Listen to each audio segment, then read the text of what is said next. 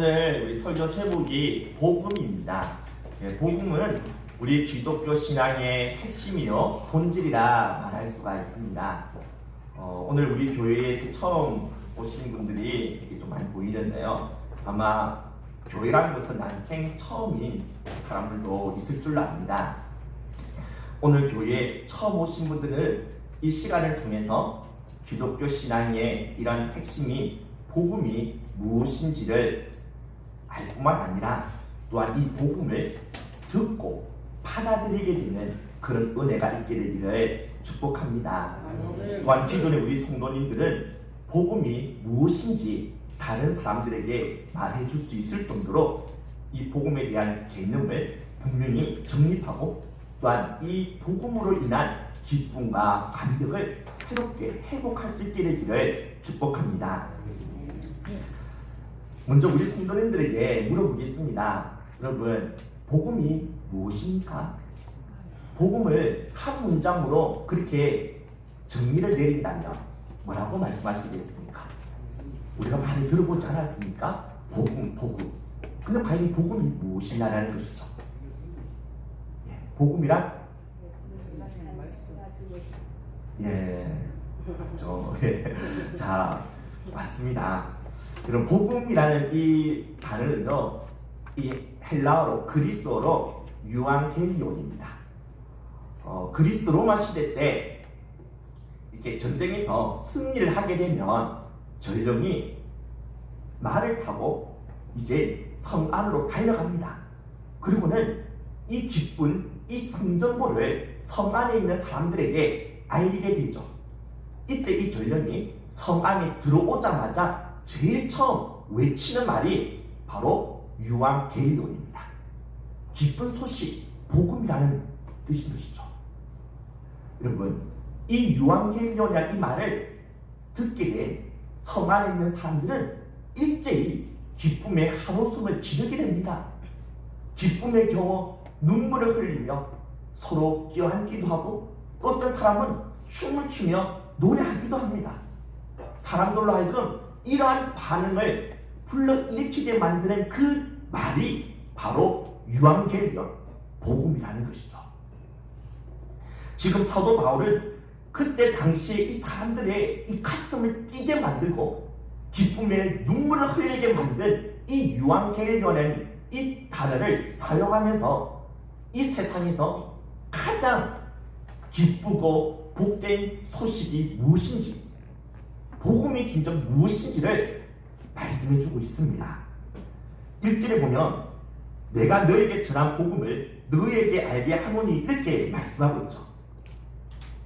복음을 너에게 알게 하겠다. 유앙겔리온, 진짜 참된 이 복된 소식을 너희들에게 알게 하겠다라고 말씀하시고 난 뒤에 3절에서부터 사도 바울이 전해준 이 복음의 내용이 무엇인지 4개의 동사로 설명하고 있습니다. 4개의 동사가 무엇입니까? 3절 후반절부터 같이 한번 읽어볼 거예요. 앞에 나올 건데요. 우리 같이 읽도록 하겠습니다. 그리스도께서 우리 죄를 위하여 죽으시고 장사 지낸 바 되셨다가 성경대로 사흘 만에 다시 살아나서 게바에게 보이시고, 이 복음의 주체, 주어는 그리스도이십니다. 그리스도 예수님께서 우리 죄를 위해 죽으시고, 첫 번째는 예수님이 죽으셨다. 그 다음 두 번째는 동사는 장사 지낸 바 되었다. 그리고 세 번째는 다시 살아나셨다. 그리고 네 번째 동사는 보이셨다. 이 4개의 동사를 우리가 두 개의 동사로 우리가 요약할 수가 있죠. 어떻게 말할 수 있습니까? 그리스도께서 죽으셨고, 그렇죠, 다시 살아나셨다. 예수님이 죽으셨다가 다시 부활하신 것, 이것이 이 세상에서 참으로 기쁜 복된 소식이라는 것입니다. 여러분, 그렇다면 예수님이 이 죽으신 것, 십자가에 달려 죽은 것이 왜 우리에게 기쁜 소식이 되는 것입니까? 그것은 예수님의 죽음이 바로 우리를 위한 죽음이기 때문이죠.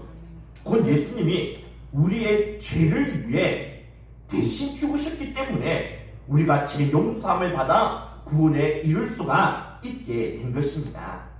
근데 우리들 가운데 아마 이런 생각을 할 수 있는 사람이 있을지 모르겠습니다. 하나님은 사랑의 하나님이시라면서요.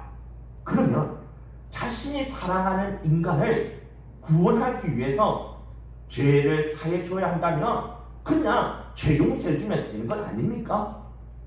하나님께서 인간의 죄 내가 용서해줄게, 그래 이렇게 말씀하시면 될 것 같은데 왜 굳이 자신의 하나밖에 없는 독생자라고 하는 그 예수를 왜 비참하게 십자가에 못 박아 죽이셔야만 했습니까? 아마 이런 질문을 하고 싶은 분이 있을지 모르겠습니다. 자, 이렇게 한번 우리가 생각해 봅시다. 여러분들에게 정말 소중하고 또한 아주 값비싼 자동차가 있다고 가정해 봅시다. 자, 근데 나의 친구가 내 허락도 없이 내 몰래 그 차를 몰고 가다가 사고를 했습니다. 그냥 가만히 정차해 있는 외제차, 람보르기니 이 차를 그냥 들이박았습니다. 난리 난 거죠. 수리 비용만 해도 최소 수천만 원 되지 않겠습니까? 보험을 그렇게 보험 처리하려고 해도 본인이 운전한 것이 아니라서 보험 처리도 되지 않습니다. 또한 이 사고를 낸 이 친구는 이 엄청난 이러한 수리 비용을 지불할 만한 경제적인 능력이 전혀 없습니다. 자, 그런데 이 친구가 나에게 와서 눈물을 흘리면서 용서를 구합니다. 내가 잘못했다고 용서해달라고 말을 합니다. 자, 이때 여러분들은 과연 어떻게 하시겠습니까?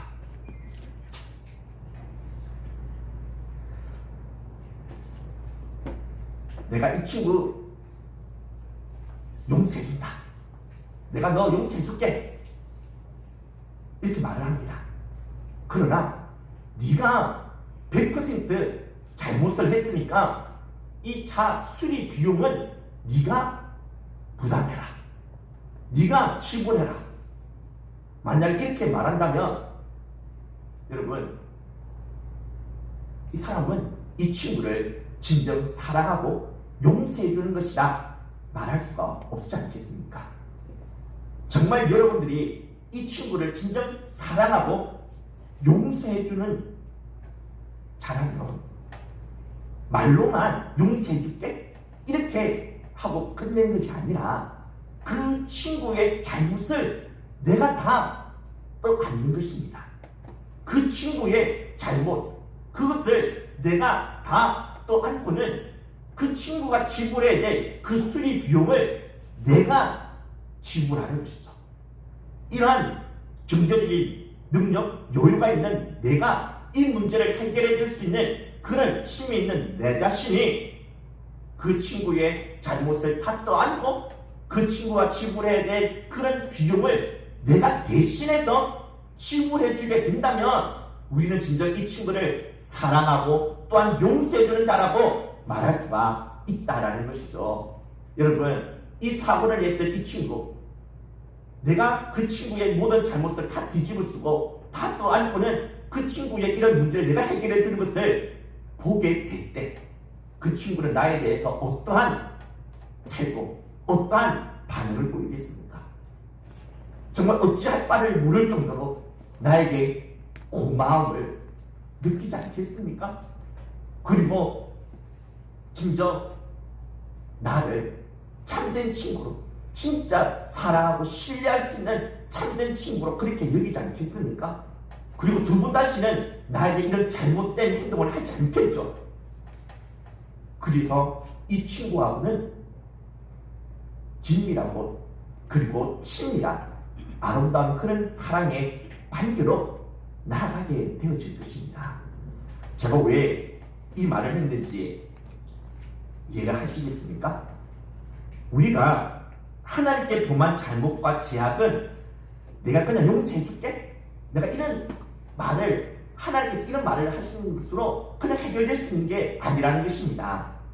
우리가 범한 죄악은 너무나도 심각해서 엄청난 이 죄의 대가를 치러야만 합니다. 그 죄의 대가가 무엇입니까? 바로 성경에서는 사망이라 말씀하고 있습니다. 죄의 삭은 사망이라. 죄의 대가는 사망이라는 것이죠. 여기서의 사망은 그냥 육체적으로 이 숨이 끊어지는 것, 그냥 죽는 것, 이것만 의미하는 게 아닙니다. 영적인 사망을 또한 의미하고 있죠. 여기서 말하는 사망은 우리가 죄로 인한 무서운 저주와 형벌을 당하고 또한 영적인 죽음, 죄의 사망이 지옥에 던져지는 것까지 다 포함되어지는 것입니다. 이 엄청난 이러한 죄에 대한 대가를 우리가 치러야 한다는 것이죠. 근데 하나님은 우리를 진정 사랑하셔서 우리가 이러한 끔찍한 이 죄의 형벌과 대가를 치르는 것을 원치 아니하셨습니다. 그래서 하나님은 자신이 친히 우리의 모든 죄와 잘못을 다 떠안으시고는 우리가 당해야 될 이 죄의 형벌과 저주와 이 죽음을 십자가에서 대신 당하신 것이죠. 이렇게 하나님이 친히 우리가 범한 죄의 이런 대가를 다 치르심으로 우리가 더 이상 죄로 인한 형벌과 저주를 당하지 아니하도록 만들어 주셨습니다. 하나님과 우리 인간 사이에 이런 자리 바꿈이 있게 되어진 것이죠. 존 스토트는 그리스도의 십자가라는 그의 책에서 다음과 같이 말하였습니다. 앞에 띄워주시겠습니까? 죄악의 본질은 우리 인간이 신을 대체하는 것이며 반대로 구원의 본질은 신이 몸소 우리를 대체해 주는 것이다. 우리는 오직 신만이 있을 수 있는 곳에 우리 자신을 갖다 놓고 신은 인간이 있어 마땅한 곳에다 스스로를 갖다 놓는다. 무슨 말인지 이해가 되십니까? 예. 우리 주위에 뒤에 친구들 고개 들고 죄악의 본질은 우리 인간이 신을 대체하는 것입니다. 우리 인간이 신이신 하나님을 대신하여 자신이 마치 하나님처럼 행세하는 것, 이것이 바로 죄악이고 또 죄악의 본질이라는 것이죠. 우리는 피조물로서 창조주이신 하나님을 절대적으로 의존하고 신뢰하도록 그렇게 만들어졌었습니다. 그런데 우리 인간이 의존하고 신뢰해야 할 하나님을 몰아내고 하나님의 그 자리에 자기 자신을 앉혀놓게 된 것이죠. 하나님을 이제 자신의 힘으로 삼는 게 아니라 자기 자신을 자신의 힘으로 삼게 되는 것입니다. 하나님의 자리를 자신이, 인간 자신이 차지해버린 것이죠. 그래서 사람들이 이렇게 말하는 걸 많이 듣지 않습니까? 야, 내가 하나님을 믿을 바에야 차라리 내 주먹을 믿겠다. 또 섬김을 받고 높임을 받으셔야 할 분은 하나님이십니다. 그런데 섬김을 받고 높임을 받아야 할 하나님을 몰아내고 우리 인간이 그 자리를 대신 차지하여 하나님이 아니라 자기 자신을 높이고 숭배하는 그런 모습을 우리가 쉽게 볼 수 있지 않습니까? 이렇게 창조주신 하나님을 하나님으로 인정하지 않고 무시하면서 하나님이 있어야 할 그 자리에 우리 인간 자신을 갖다 놓고 있습니다. 이것이 바로 죄악의 본질이라는 것이죠. 하나님의 자리를 대신 차지한 인간, 이러한 죄를 범한 자들은요, 이 죄의 증상이 나타나게 됩니다. 여러분, 이 죄의 증상이 무엇인지 압니까? 여러 증상들이 있지만 그 중에 대표적인 것이 하나가 불안입니다. 불안과 두려움인 것이죠. 이렇게 생각하면 될 것 같습니다. 여러분들이 거대한 어떤 한 기업의 최고 경영자 CEO를 몰아내고 내가 그 자리에 이제 앉게 되었습니다. 근데 나는 전혀 이 경영에 대해서 배운 적이 없습니다.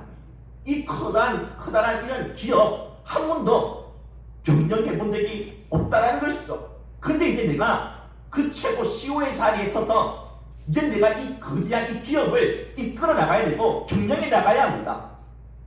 여러분, 잠을 제대로 잘 수 있겠습니까? 불안해서, 두려워서 잠을 제대로 이루지도 못하겠죠. 똑같습니다. 우리 인생의 최고의 경영자는 하나님이십니다. 인류의 이 모든 역사를 주관하고 경영하시고 다스리시는 이는 하나님이시며 또한 내 자신의 이 개인적인 인생 또한 하나님께서 다스리시고 주관하시고 경영해 나가시는 최고의 경영자 CEO시라는 거죠. 그런데 우리가 하나님의 그 자리를 찬탈해버린 것입니다. 하나님을 그 자리에서 몰아내고 내가 그 자리에 서게 된 것이죠. 그래서 이제 내가 내 인생을 책임져야 하는 것입니다. 한 치 앞도 내다보지 못하는 연약하고 한계가 있는 불완전한 나 자신이 내 인생을 책임져야 된다고 생각하니까 불안할 수밖에 없는 거죠. 두려워할 수밖에 없는 것입니다. 이러한 죄의 증상들이 우리에게 나타날 수밖에 없다는 것이죠. 이러한 증상을 보이고 있는 사람들은 전부 다 죄 가운데 있는 자들입니다. 곧 하나님을 몰아냈다는 것이죠. 하나님의 자리를 자신이 빼앗았다라는 것입니다. 이에 대하여 벌을 받아야 되죠.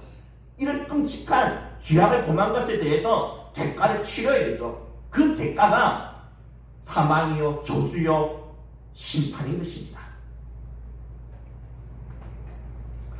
그런데 하나님은 우리 인간이 서야 할 이 비참한 이 심판을 받는 그 자리에, 저주와 형벌을 받아야 될 그 자리에 하나님 자신이 대신 서신 것입니다. 우리가 죄로 인해 저주와 형벌을 받아야 하는데 그 자리에 하나님이 대신해서 서신 것이죠. 자리를 바꾸신 것입니다. 이것이 바로 구원의 본질인 것이죠. 예전에 제가 최민식이 이렇게 주연으로 출연한 침묵이라는 영화를 본 적이 있었습니다. 아마 이 영화를 본 사람이 있을지도 모르겠는데요. 이 영화에 보면 아버지가 딸의 그 모든 잘못을 자신이 다 떠안고는 딸이 있어야 될 그 자리에 이 아버지가 대신 서는 것을 볼 수가 있었습니다. 분명히 사람을 죽인 자는 그의 딸이고, 딸이 죄로 인한 형벌을 받아 교도소에 들어가야 하지만 아버지가 마치 자신이 살인죄를 범한 것처럼 그렇게 동영상을 제작하여 딸의 죄를 자신이 다 뒤집어 쓰고는 딸이 있어야 될 그 교도소에 대신해서 들어가게 되었던 것입니다. 이 사실을 나중에 알게 된 이 딸은 교도소에 가서 아버지를 면회하게 됩니다. 자신이 있어야 될 그 자리에 아버지가 대신해서 서 있는 그 모습을 본 딸은 눈물을 흘리게 됩니다. 그리고 처음으로 아버지를 일컬어서 아빠라고 그렇게 말을 하게 되고, 모처럼 아빠라는 이 말을 들은 이 아버지는 감격에 귀여워하게 됩니다. 이렇게 영화는 끝이 나게 되는데요. 비록 영화에는 나오지 않지만 이 아버지와 딸의 관계가 나중에 어떻게 진전되어졌을지 충분히 우리는 유추해 볼 수가 있다는 것이죠. 이 딸은 아버지의 이런 희생적인 사랑을 깨닫고 난 뒤로부터는 이전에 클럽을 다니면서 그렇게 방탕하게 살았던 삶을 멀리했을 뿐만 아니라 그 어느 때보다 아버지와 깊고 친밀한 아름다운 그런 사랑의 관계로 나아가게 되었을 것입니다. 그렇습니다. 하나님은 이 영화에 나오는 아버지처럼 자신은 잘못이 없음에도 불구하고 사랑하는 우리를 위해서 우리의 죄, 우리의 잘못을 다 떠안으시고 우리가 있어야 될 그 저주의 자리, 그 심판의 자리, 그곳에 하나님이 대신해서 서셨다는 것이죠. 십자가는 저주의 상징입니다. 나무에 달린 자는 저주를 받은 자라고 성경에서 말하고 있죠. 우리가 당해야 될 저주, 우리가 당해야 될 형벌, 그 심판을 하나님께서 우리를 사랑하신다는 그 이유 하나 때문에 본질인 것이죠. 왜 예수님의 이 죽음이 우리에게 기쁜 소식이 되는지 이제 이해하시겠습니까? 예수님이 십자가에서 나를 대신해서 저주와 형벌과 사망을 당하심으로 인해서 이제 우리는 이 무서운, 이 비참한 이러한 운명에서부터 이제 완전히 벗어나게 되어졌다는 것입니다. 죄를 내가 지었으면 벌을 받아야죠. 저주 받아야 되고 형벌 받아야 되고 사망을 당해야 마땅하지 않습니까? 근데 예수님께서 이런 나를 대신해서 내 죄를 다 뒤집어 쓰고 대신해서 죽음을 당하셨기 때문에 이제 우리는 이 모든 컷에서부터 벗어나게 되어졌다는 것입니다. 나의 차를 그렇게 사고 내고 그렇게 엉망으로 만들었던 그 친구, 다른 차마저 손상을 입혀서 엄청난 이러한 잘못에 대한 대가를 치료했던 그 친구, 그런 내가 그 친구의 잘못을 다 담당해서 그 비용을 내가 다 지불했기 때문에 이 친구는 더 이상 수리 비용을 내지 않아도 되는 것처럼, 잘못에 대한 책임을 그가 더 이상 지지 않아도 되는 것처럼 우리도 하나님께서 내 모든 이런 잘못을 다 담당하시고 내가 치러야 될 모든 죄에 대한 대가를 다 치르시고 말미암아 우리가 이 모든 것들에서부터 진정 벗어나게 되고 자유해질 수 있게 되어졌다는 것입니다. 그렇기 때문에 예수님의 이 죽음이 우리에게 진정 기쁜 소식이요 복된 소식이 되어지는 것이죠.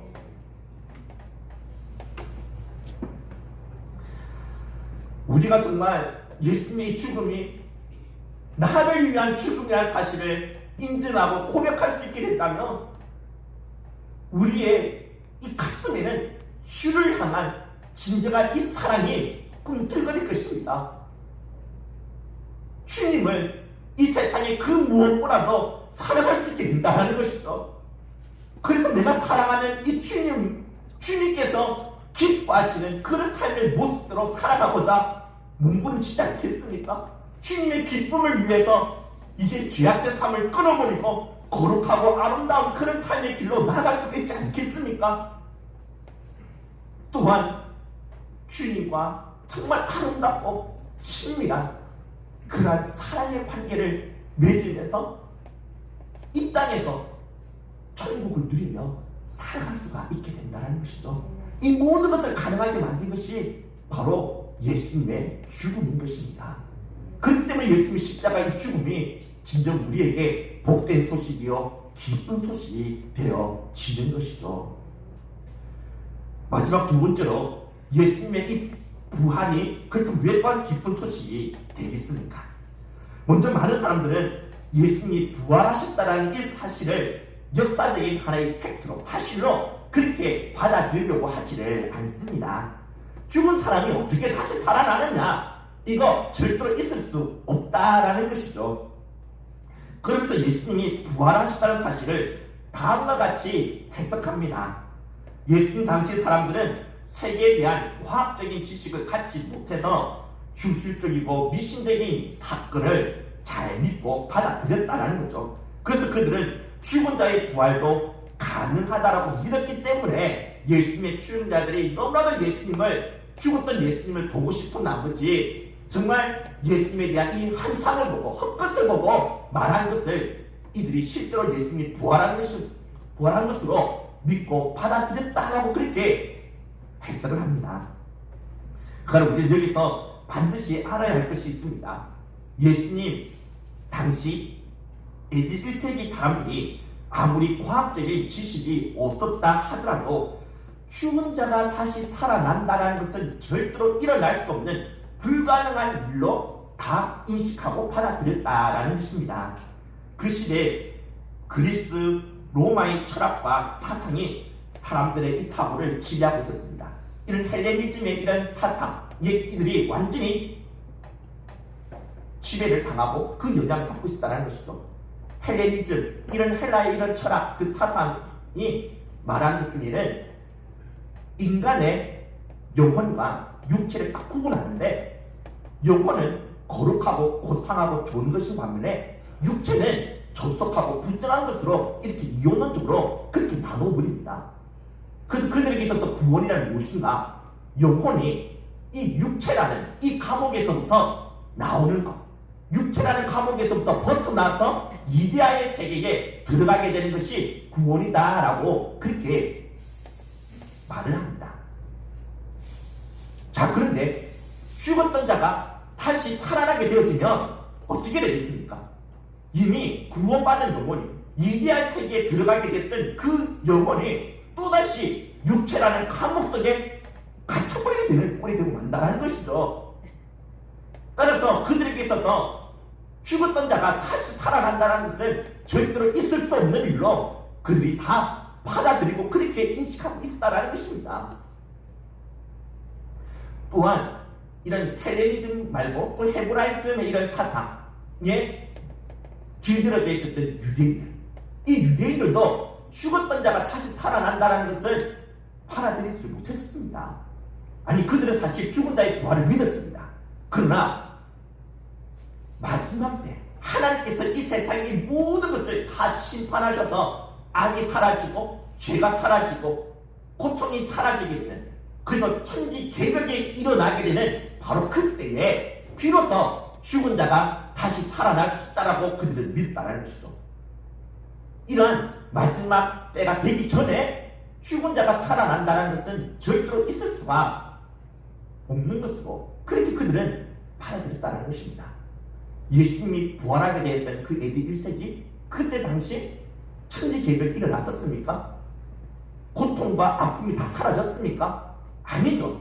여전히 아픔이 있고 고통이 있고 악이 만연해 있었습니다. 따라서 죽었던 자가 다시 살아났다라고 말하면 그들은 콧방귀를 낄 수밖에 없다는 것이죠. 미친 소리 한다라고, 정신 이상자라고 그렇게 손가락질할 수밖에 없는 바로 그 시대, 그때에 예수님의 이 부활의 이 소식이 온 땅으로 퍼져나가게 되었다는 것입니다.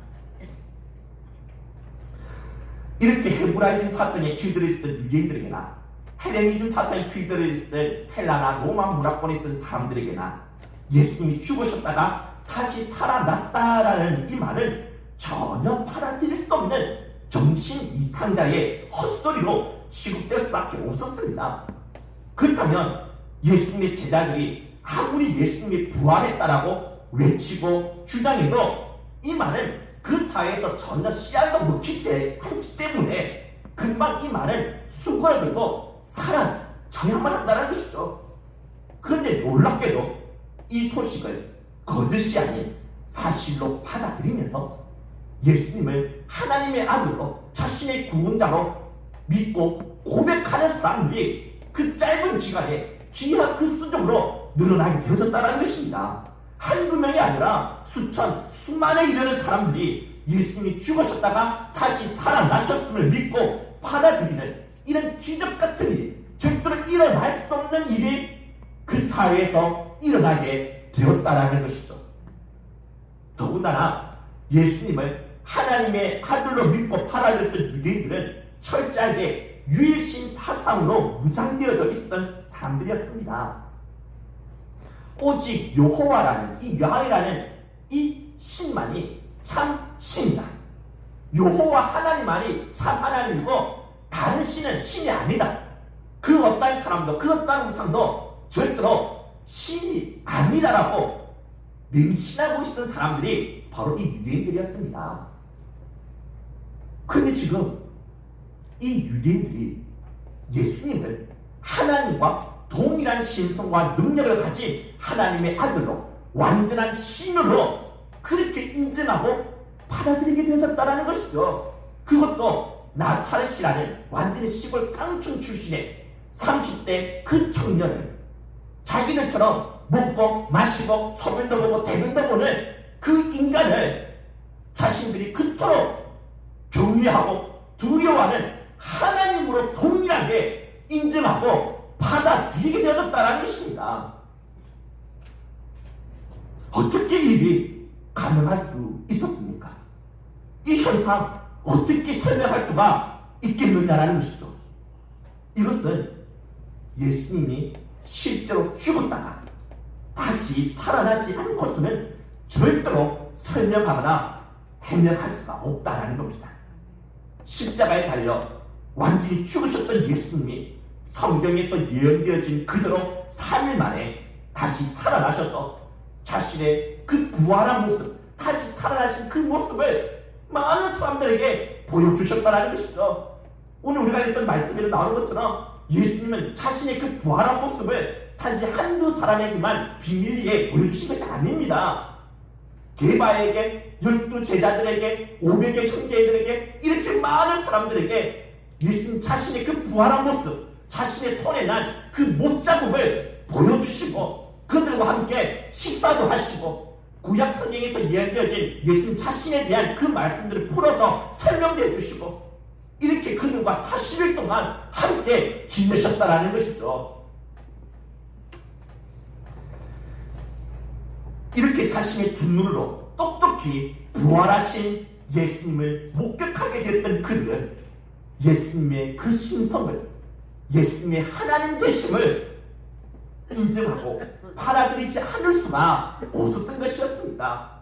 그들이 실제로 부활하신 예수님을 만나고 경험했기 때문에 그들이 지니고 있었던 그 모든 신념과 사상에 그렇게 반하는 그런 내용이었지만 예수님의 이 부활을 하나의 사실로 받아들였을 뿐만 아니라 이 예수 그리스도를 위해서 자신의 목숨마저 아낌없이 내어놓게 되어진 것이죠. 예수님을 구원자요 하나님의 아들로 믿고 섬기는 기독교의 이 신앙이 태동하게 되었던 그 시기는 절대로 기독교가 존속하거나 확산될 수 있는 그런 상황, 그런 환경이 전혀 되지 못했습니다. AD 60년에서 70년경 로마를 통치했던 네로 황제, 그리고 AD 90년경 로마와 이 세계를 지배하고 있었던 도미티안 황제, 이들은 기독교 박해 정책을 펼쳤습니다. 예수님을 믿는다는 사람들 다 잡아서 온전 경기장에 가둬놓고는 사자와 호랑이의 밥이 되게끔 만들었습니다. 네로 황제 같은 경우에는 자신의 정문에 기독교인들을 말뚝에 박아놓고는 기름을 발라 산처럼 불태워 죽여버리는 일까지 했었습니다. AD 1세기에 공이 있는 역사가 타시투스와 요세푸스의 글을 통해서 이 사실을 확인할 수가 있는 것이죠. 그런데 이렇게 사형을 집행하는 자들은 이 기독교도들, 자신이 예수님을 믿는다라고 말하는 이들, 이 죽음 앞에서, 이 끔찍한 고문과 이 죽음 앞에서 이제 그들은 자신이 가진 이 신앙을 철회할 줄로 알았습니다. 이제 더 이상 예수는 안 믿겠다라고 그렇게 말할 줄로 알았다라는 것이죠. 아니, 내가 예수님이 하나님의 아들이다, 죽었다가 부활하신 그런 구원자다, 이렇게 내가 말한 거 사실 거짓말이라고, 이것은 뻥이라고, 사실이 아닌 것을 내가 이렇게 신격화시켜서 그렇게 내가 거짓으로 말한 것이라고, 그렇게 사실을 고백하고 그렇게 기독교에 대한 이 신앙을 저버리고 목숨을 그렇게 얻으려고 시도할 줄로 생각했었습니다. 그런데 그렇지 않았다는 것이죠. 그 끔찍한 고문, 자신의 몸에 불이 타서 타 죽어가는 그런 상황 속에서도 이들이 예수에 대한 이 신앙을 저버리지 않는 것입니다. 오히려 자신을 죽이는 그런 사형을 집행하는 고난을 가진 자신을 오히려 긍휼히 여기는 눈빛으로 바라보면서 선생님 제발 예수님을 믿으십시오라고 말하면서 천장의 이슬로 사라지게 되었다는 것이죠. 어찌 이들이 죽음 앞에서 이런 모습을 보여줄 수가 있었겠습니까? 이들이 집단적인 체면에 걸려서 그렇습니까? 아니면 그들이 분별력이 없는, 배우지 못한 무식한 사람들이었기 때문에 이렇게 선동당해서 이러한 모습을 보이게 된 겁니까? 아닙니다. 이들 중에는 폴리가 같은 사람은 그 시대 당대 최고의 지성인이고 최고의 엘리트들이었습니다. 많은 사람들, 정말 그 당대 최고의 학문을 통달한 사람들이었다는 것이죠. 우리가 잘 아는 사도 바울을 보십시오. 사도 바울은 가브리엘 문학생입니다. 오늘 말 같으면 하버드 대학을 졸업한 사람이라는 것이죠. 그 시대 모든 유대인들이 부러워하는 로마 시민권까지 가지고 있었던 사람들이었습니다. 그런데 이 바울이 예수님을 위해 자신의 생명을 내놓지 않았습니까? 이전에는 예수님의 부활을 믿지 않았던 그는 예수 믿는 사람들을 잡아 죽이는 일에 앞장섰지만, 그러나 그가 부활하신 예수님을 만나고 난 뒤에 그는 오히려 예수 그리스도를 증거하는 사람으로 완전히 바뀌어지지 않았습니까? 그래서 주님을 위해 자신의 목숨을 내놓게 된 것이죠. 이 모든 이런 현상들은요, 다른 것으로는 설명이 되지 않습니다. 이들이 진정 예수님, 부활하신 예수님을 두 눈으로 보고 만났기 때문에, 진짜 이 예수님이 하나님의 아들이시고 참된 구원자라는 부인할 수 없는 증거를 보았기 때문에 이들이 목숨을 걸고 이 기독교의 이 신앙, 예수 그리스도에 대한 신앙을 붙들 수가 있었던 것이었죠.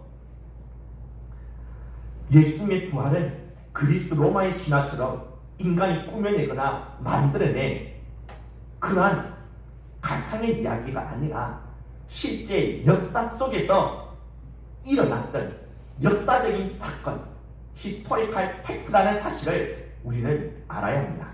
또한 예수님의 부활의 사건은 역사 속에서 그 위에를 찾아볼 수 없는 전무후무한 획기적인 사건, 히스토릭 팩트라는 사실 또한 우리가 알아야 한다는 것이죠.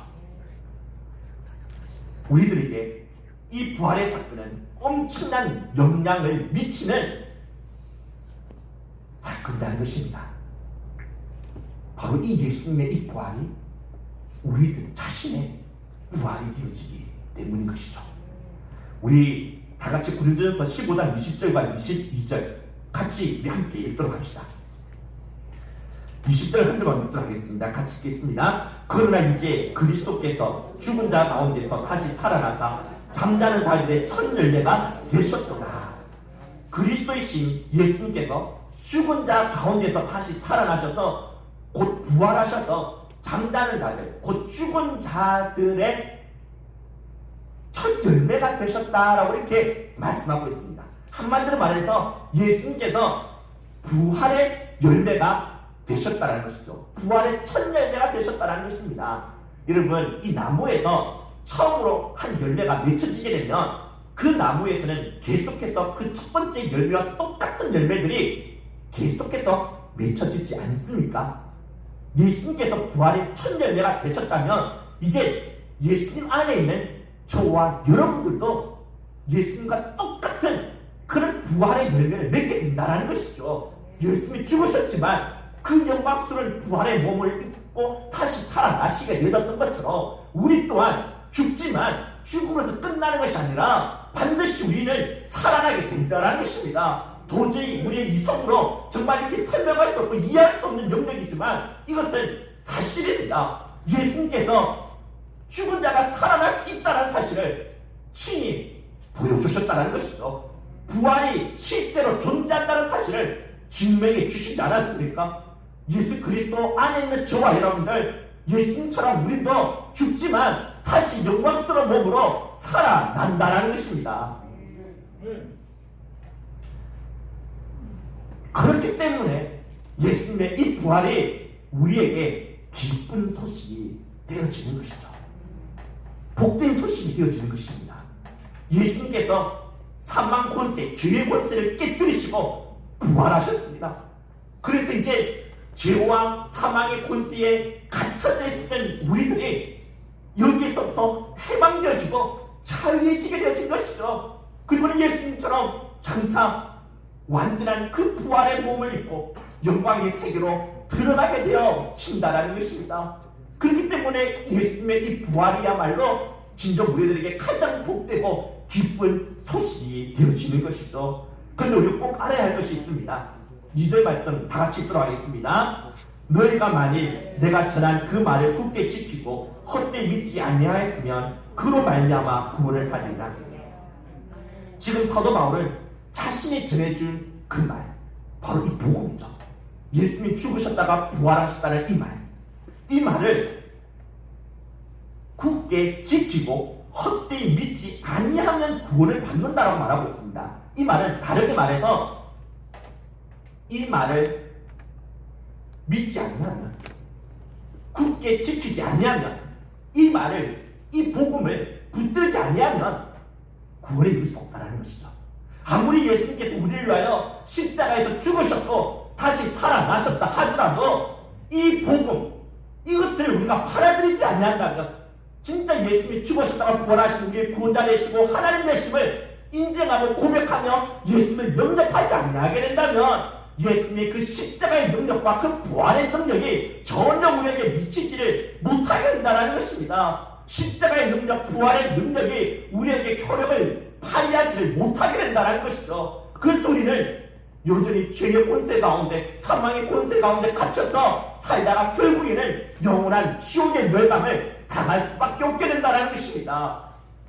여러분, 이미 이 예수 그리스도의 복음을 받아들이신 우리 성도님들은 이제 이 복음으로 인한 기쁨과 감격을 회복할 수 있기를 축복합니다. 예수님이 나를 위해 죽으셨습니다.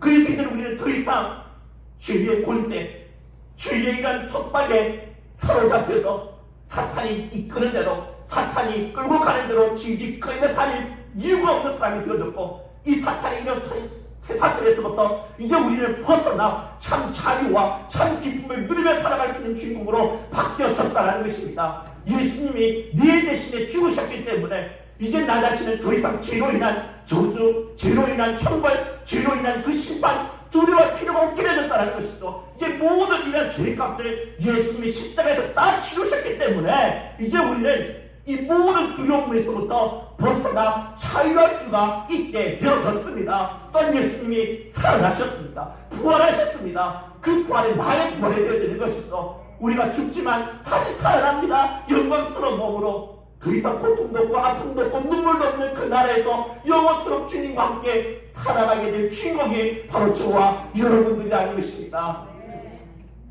이 놀라운 이 복음을 받아들인 자로서 우리는 바로 이 복음으로 인한 이 기쁨, 복음으로 인한 이 감격이 우리의 삶 속에서 나타날 수 있어야 할 것입니다. 또한 아직까지 이 복음을 받아들이지 못한 자들이 있다면, 아직까지 예수님을 그저 위대한 성인 군자 중에 한 명, 4대 성인 중에 한 명으로만 여기고 이 예수님이 십자가에서 죽으셨다가 다시 살아나신 하나님의 아들로 인정하고 고백하지 못하고 있다면, 이 시간을 통해서라도 정말 예수님을 하나님의 아들로 인정하고 고백하고 진짜 내 인생의 참된 구원자로 받아들이게 되는 그런 은혜가 있게 되기를 주님의 이름으로 축복합니다.